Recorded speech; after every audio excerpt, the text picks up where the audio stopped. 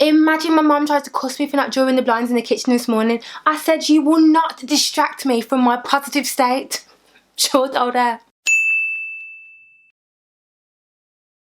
Hey beautiful you, my name is TC for those of you that don't know me, and welcome to my channel. It's January, yay, a time where a lot of us are thinking about setting New Year's resolutions, goals, and also thinking about making those key improvements and changes in our lives. But what you'll find is that if you're in a negative state, you'll find yourself going over ruminative cycles, and what that means is you will let problems replay over and over in your mind and continuously think about the various aspects of situations that are upsetting.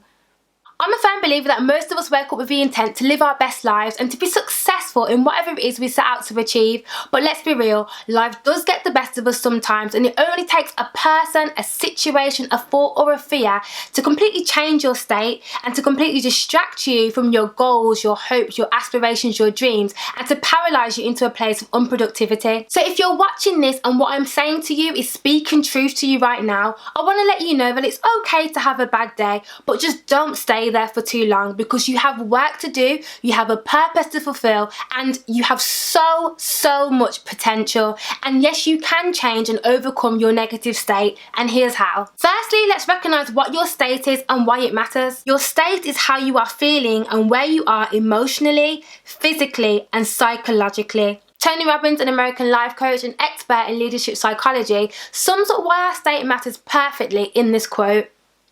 The difference between peak performance and poor performance is not intelligence or ability.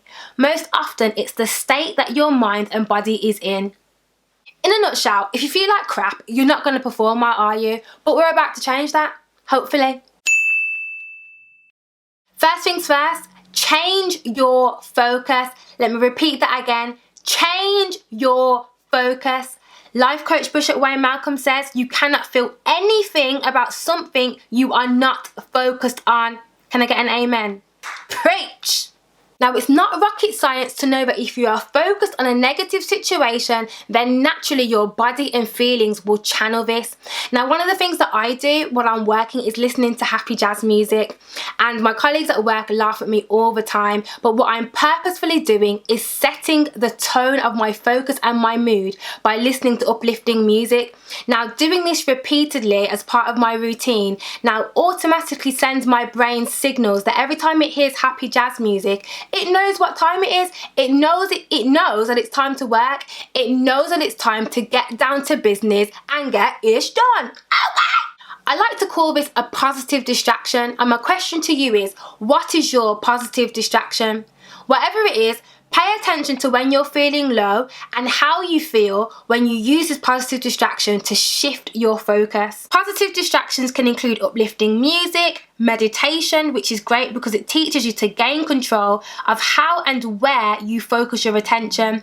Focus on your senses, you know, what you see, hear, touch, taste. For example, it's much easier to forget about your negative state when your focus is on how beautiful the sun is outside. Another great and simple way to change your negative state is to change your physiology. In other words, move, get out the way, get out the way, get out the way, move, get out the way, get out the way, get out the way. Your physiology includes body language, posture, facial expressions, tone, and breathing. Everything in your body is connected, so a bad posture, a frown, a miserable tone are all linked to a negative state. So it's important to decide what your state is and bring your body into submission. In other words, tell your body to fix up, look sharp. You can improve your physiology in the following ways. Sit up, don't slouch, put on a smile. And if you can't think of something to smile about, then think of your favourite joke. Watch something funny. Imagine Dwayne The Rock Johnson buckling up the stairs. Unfold your arms and allow yourself to be open to situations.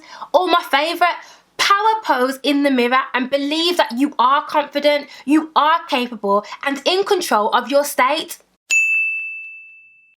Change your language. One of my favourite quotes is taken from the Bible in the book of Proverbs, chapter 18, verse 21, and it says, "The tongue can bring death or life.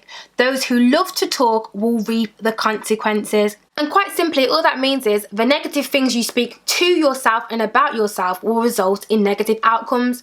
The positive things you speak about yourself and to yourself will result in positive outcomes. Yes! Quality questions are also a powerful tool in your language, from redirecting your focus and changing your state from feeling like a victim to being a victor. Typically in a victim state, people focus on what they don't have and why they can't achieve something.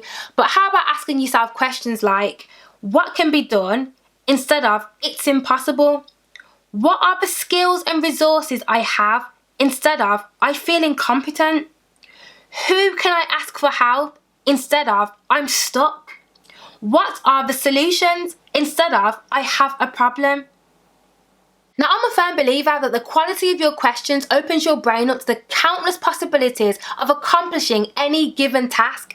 Now, sometimes when I find myself slipping into a negative state, I really have to cuss myself and say, what the heck are you doing as well? Why are you thinking such disgusting and low thoughts? Why are you entertaining them? This is not who you are. This is not who I am. And sometimes I have to get a real gangster on myself like, if you think like that again, I'm gonna knock you upside your head.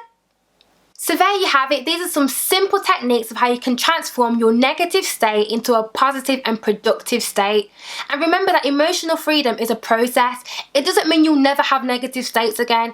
It's just about being self-aware and knowing how to respond when they try and creep up. I hope you feel encouraged and motivated to be a better version of yourself and continue to strive for excellence. Remember to leave your comments below because y'all know I love to talk. Thanks for watching, stay blessed and keep it not your average. Mwah!